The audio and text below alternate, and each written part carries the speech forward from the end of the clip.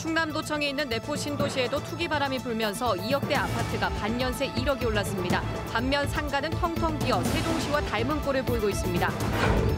오늘 지역의 낮 기온이 30도를 훌쩍 넘기며 여름이 성큼 다가왔습니다. 올여름은 더위와 함께 이상 기후도 찾아올 예정입니다. 다시 줄어든 귀농 인구를 늘릴 해법은 없을까? 카이스트와 모델 출신 젊은 농부들과 연매출 3억 원대를 올리는 귀농 부부를 통해 대안을 찾아봤습니다. 여러분 안녕하십니까? 그동안 지역의 부동산 시장은 대전과 세종, 천안, 아산 지역이 상승세를 이끌어왔었죠. 그런데 이들 지역들이 주춤한 사이 충남도청이 이전한 내포 신도시가 혁신도시 지정 효과로 반년 사이 아파트값이 1억 원이 오를 만큼 화랑세를 보이고 있습니다. 반면 상가는 점포 2곳당 1개꼴로 공실인데요. 주거와 상권의 불균형이 세종시와 꼭 닮은 꼴입니다. 강진원 기자입니다. 거래가 뜸했던 이 아파트는 지난해 말부터 매수자들이 줄을 잇고 있습니다. 111제곱미터 B형 고층의 경우 지난해 9월 2억 5,500만 원에 거래됐다가 10월 혁신도시 지정 이후 값이 뛰더니 5월 3억 8천을 기록했습니다. 내포 신도시 아파트 대부분 반년새 1억 넘게 올랐는데 계약 취소 사례까지 속출하고 있고 새로 건설하는 곳 역시 100% 완판 행진입니다. 신도시에 대한 기대감도 있겠고 모든 기반 시설이 미뤄져 왔던 것이 현실적으로 속속 착공을 하고 있습니다. 무엇보다 내년 고속전철 완공도 있겠고. 상가는 그러나 주거와 반대로 가고 있습니다. 중심 도로변에 나란히 선 2개의 건물은 신축 2년 됐지만 1층을 빼면 대부분 임대 광고가 내걸렸습니다. 대로변에 또 다른 건물 내부로 들어와 봤습니다. 한 층 전체가 이렇게 주인을 찾지 못해 비어 있습니다. 지난해 말 기준 내포의 1,957개 점포 가운데 빈대가 883개, 공실률은 45.1%로 1년 전에 비해 오히려 더 커졌습니다. 주거와 상권의 불일치한 모습은 같은 시기에 조성된 세종시와 닮은 꼴로 역시 인구 유입 상황을 고려하지 않고 상가를 처음부터 과다 공급했기 때문입니다. 사실상 인구가 없다 보니까 장사하시는 분들도 어렵고 병원도 뭔가 구도심이나 예산 구도심에서 오고 싶어 하는데 사실상 아직은 형성이 안 되고 하다 보니까. 충남도는 2년 내 7,300여 가구가 입주하며 또 혁신도시 기관 이전도 가시화될 거라며 상가 문제가 곧 풀릴 걸로 전망하고 있습니다. 공공기관 이전이 되고 첨단 산업단지 기업을 계속 유치하고 있기 때문에 그런 부분에 따라서 계속 인구가 유입되면 상가의 공실이 많은 부분 해소될 거라고 저는 생각합니다. 주거와 상권의 조화로운 발전과 신도시 주민들의 안정된 삶을 위해서 대책 마련이 시급합니다. TJB 강진원입니다. 오늘은 국내에서 코로나19 첫 확진자가 발생한 지 500일째 되는 날입니다. 백신 접종이 속속 진행되면서 시민들도 이제 조심스럽게 일상으로의 복귀를 꿈꾸고 있는데요. 접종 진행 속도와 별개로 곳곳에서 집단 감염이 이어지고 있지만 백신 접종자들은 확실히 감염을 피해 나가고 있습니다. 장서영 기자입니다. 요양원 등 시설에서 코로나 집단 감염이 발생했던 과거와 달리 최근에는 지역에서 소규모 집단 감염이 산발적으로 이어지고 있습니다. 시설들은 대부분 백신 접종이 이루어져 집단 감염 발생이 잦아들었지만 일상 방역은 미흡하다는 의미입니다. 대전의 경우 4월에 1일 평균 15명이던 확진자 수가 5월에는 13명으로 줄었지만 이번 주에는 15.3명으로 늘었습니다. 다만 백신 접종 이후 고령층의 감염은 현저하게 줄었습니다. 기존에는 60세 이상 확진자 비율이 20%였지만 지난 이틀 동안 비율은 17%로 낮아졌습니다. 특히 최근 발생한 대전 중구 요양병원 감염에서 첫 확진자, 그리고 같은 병원 환자 2명이 확진됐는데 3명 모두 백신 접종을 하지 않은 것으로 확인됐습니다. 이들 외에 종사자 160여 명과 환자 140명 등 306명은 모두 음성 판정을 받아 백신의 효과가 또다시 입증됐습니다. 다만 이제 종사자들 같은 경우는 159명 중에서 150명이 상당히 많은 분들이 접종을 했다. 1차, 2차까지 접종을 했기 때문에 다행히 이게 백신 접종을 한 결과가 다른 병실이나 다른 분들한테 감염을 차단시켰지 않았나 저희들이 이렇게 보고 있습니다. 현재 대전의 접종률은 1차 17만 명으로 18세 이상인 접종 대상자의 13.8%, 2차 6만 800명 4.9%며 충남은 1차 30만 6천여 명 17.1%, 2차 11만 1000여 명 6.2%, 세종은 1차 3만 1000여 명 11.4%, 2차 1만 500여 명 3.8%입니다. 60세에서 64세의 접종이 오는 7일부터, 한미 정상회담으로 확보한 얀센 백신도 10일 이후부터 시작됩니다. 특히 7월부터는 화이자도 접종센터가 아닌 위탁 의료기관에서 가능한 만큼 접종률은 더 빠르게 늘어날 것으로 보입니다. 자녀 백신 접종은 지금까지는 의료기관 전화 접수자 우선 공급으로 예약하기가 하늘의 별 따기였지만 4일부터는 무조건 네이버와 카카오톡을 통해서만 접종 예약이 가능해집니다. 또 정부가 마련한 백신 접종자 혜택을 받기 위해서는 백신 접종 어플 쿠브를 다운받아 예방접종 증명서를 편리하게 발급받을 수 있습니다. TJB 장석영입니다. 대전에서 요양병원 입원 환자 2명이 확진됐고 골프 모임을 매개로 한 확진자와 보험회사 관련 확진자의 동료와 가족 등 하루 사이 확진자가 24명이 늘었습니다. 충남에선 아산 온천당 관련해 2명이 추가됐고 논산 육군훈련소 입대장병 전수검사에서 확진자가 나오는 등 15명이 추가됐습니다. 세종에서는 금남면 식품 제조 가공업체 관련 50대 등 3명이 추가돼 지역에선 모두 42명이 추가 발생했습니다. 이제 여름인가 싶을 정도로 오늘 참 더운 날씨였죠. 대부분 지역에서 한낮 기온이 30도를 웃도는 때이른 무더위가 이어졌습니다. 다음 주에도 이 같은 무더위가 계속될 것으로 보이는데 기상청은 올여름 기온이 평년보다 높고 예기치 못한 이상기후가 나타날 가능성이 높을 것으로 내다봤습니다. 김철진 기자입니다. 양산과 모자로 쏟아지는 햇살을 피하는 시민들. 계절의 여왕이란 말이 무색하게 사흘에 이틀꼴로 비가 내린 변덕스러운 5월이 끝나자마자 땡볕 더위가 찾아온 겁니다. 거리의 시민들은 갑작스러운 무더위가 당혹스럽기만 합니다. 날씨가 너무 덥고 습해가지고 반팔 반바지를 입고 나왔는데도 등에 땀나고 그래서 너무 불쾌한 것 같아요. 대전의 한낮 기온이 어제 28도에 이어 오늘은 31도까지 치솟았고 충남 아산 31.7, 논산 31.3, 세종 연서 30.7도 등 대부분 지역에서 30도가 넘는 한여름 무더위가 이어졌습니다. 습도는 높지 않았지만 불쾌지수가 높은 수준까지 올랐습니다. 따가운 햇살과 함께 자외선과 오존 지수도 높아 조금만 야외에서도 피부가 따갑다는 느낌을 받게 됩니다. 이번 더위는 내일 비와 함께 잠시 한풀 꺾이겠지만 다음 주부터는 다시 30도 안팎의 본격적인 무더위가 이어지겠습니다. 이번 주말부터 다시 기온이 올라가 다음 주에는 고온의 남서풍이 불어들면서 평년 기온보다 조금 높은 29도 내외의 기온 분포를 보이겠습니다. 기상청은 역대급 무더위가 찾아온 2018년처럼 라니냐가 끝남에 따라 올여름은 평년보다 무더울 것으로 내다봤습니다. 또 최장기간 이어진 지난해 장마처럼 이상기후 현상 가능성도 높은 것으로 나타나 기상변화에 주의를 당부했습니다. TJB 김철진입니다. 네, 이번엔 시원한 소식 전해드립니다. 코로나19 여파로 국내에서 자취를 감췄던 요트 대회가 보령에서 열렸습니다. 다음 달엔 국제대회도 열리는데 충남도와 보령시가 방역에 만전을 기하며 본격적인 준비에 들어갔습니다. 최은호 기자입니다.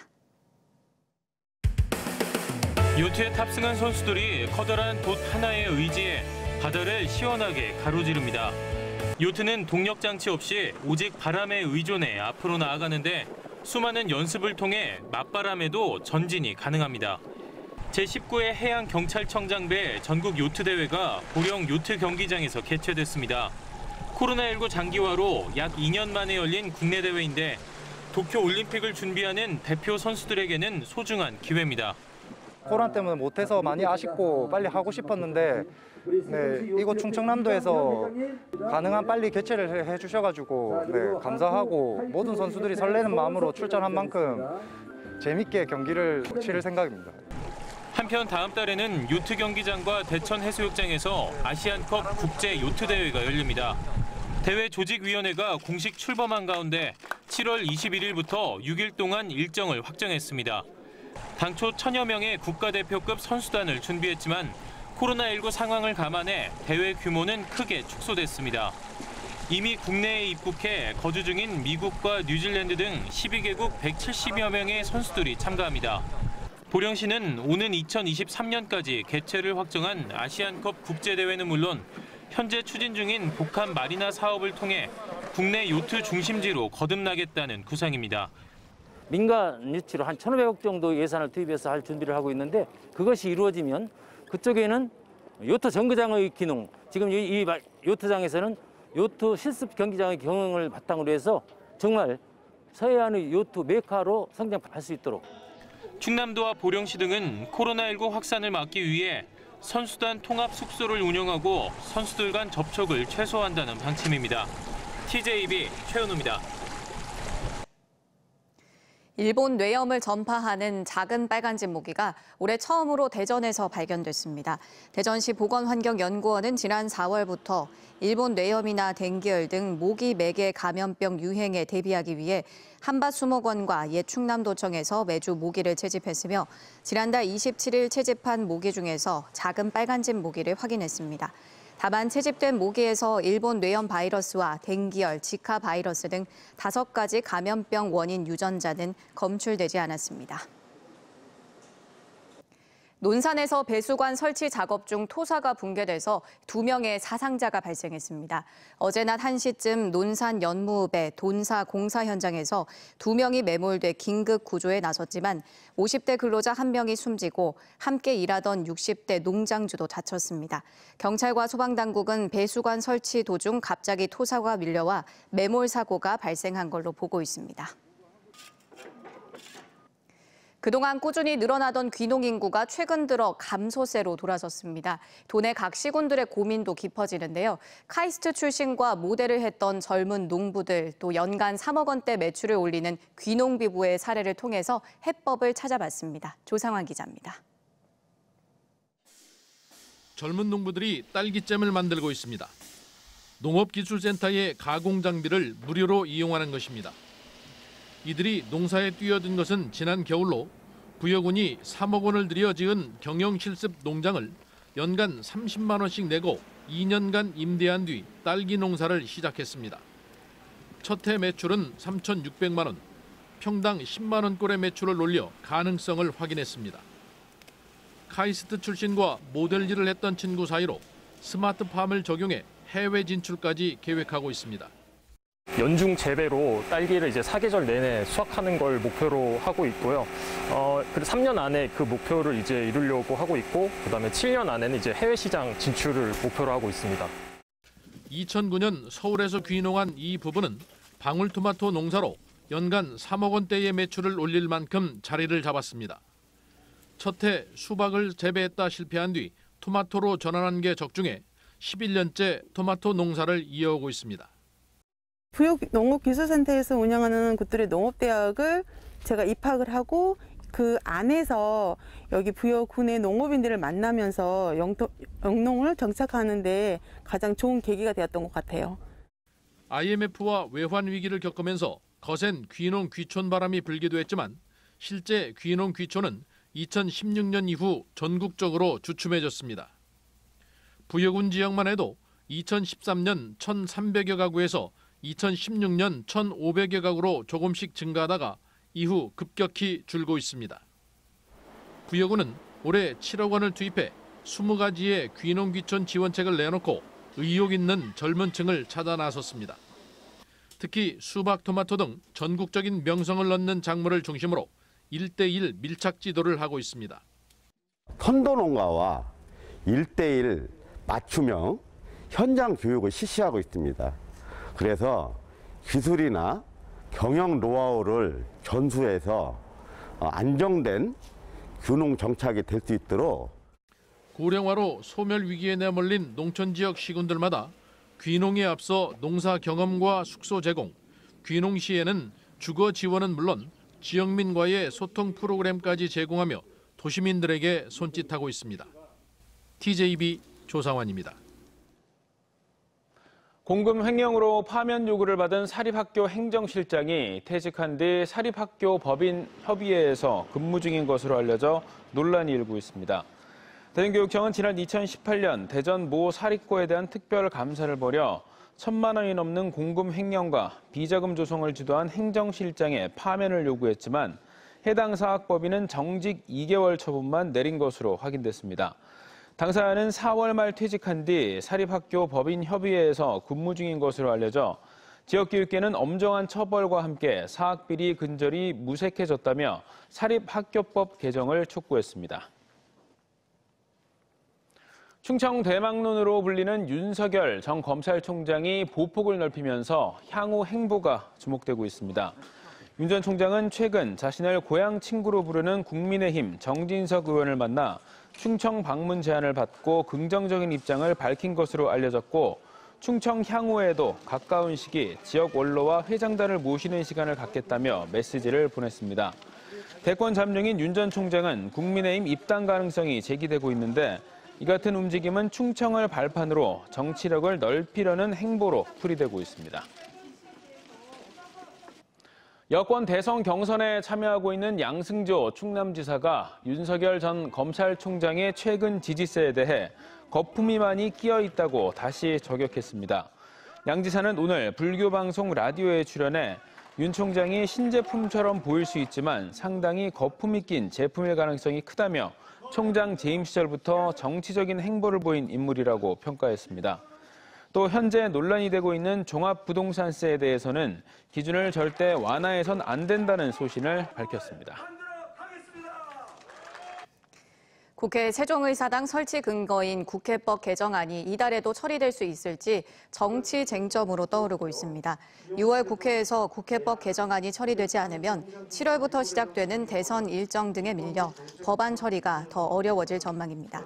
국회법 개정안은 발의된 지 1년이 넘었지만 아직 상임위 문턱을 넘지도 못한 반면 가덕도 신공항 특별법은 발의 93일 만에, 한전공대 관련법은 161일 만에 본회의를 통과해서 대조를 이루고 있습니다. 40여 년 전 전두환 군사정권을 비판했다는 이유로 징역형을 받았던 20살 청년이 환갑을 넘겨서야 재심을 거쳐 억울함을 벗었습니다. 1980년 대학생이었던 A씨는 친구와 술을 마시던 중 현 정권은 독재를 한다는 비판 취지의 말을 했고, 포고령 위반 혐의로 재판에 넘겨져 징역 2년에 집행유예 3년을 선고받았습니다.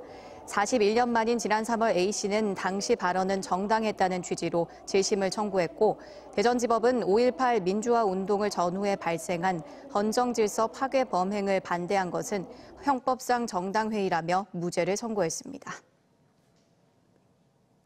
올 초 서산시에 도입된 365일 영유아 야간 진료센터가 호응을 얻고 있습니다. 서산시가 지난 2월 소아청소년과 전문의 3명과 간호사 2명이 교대 근무하는 영유아 야간 진료센터를 설치한 이후 4개월간 환자 1,200여 명이 찾아 하루 평균 13명을 기록했고, 당진과 태안 등 타지 환자의 비율도 33%로 나타났습니다. 또 자체 설문조사한 결과 이용자의 96%가 만족한다고 응답했고, 특히 진료비와 진료 시간 등의 만족도는 99%로 집계됐습니다. 대전 옛 대덕경찰서가 대전 지역의 로봇과 드론 산업 성장 거점으로 활용됩니다. 민주당 박영선 의원에 따르면 대전시는 옛 대덕경찰서에 로봇 드론 산업지원센터를 조성해 스타트업 입주 공간과 공유 공장, 상설 전시장, 시험장 등을 조성할 계획입니다.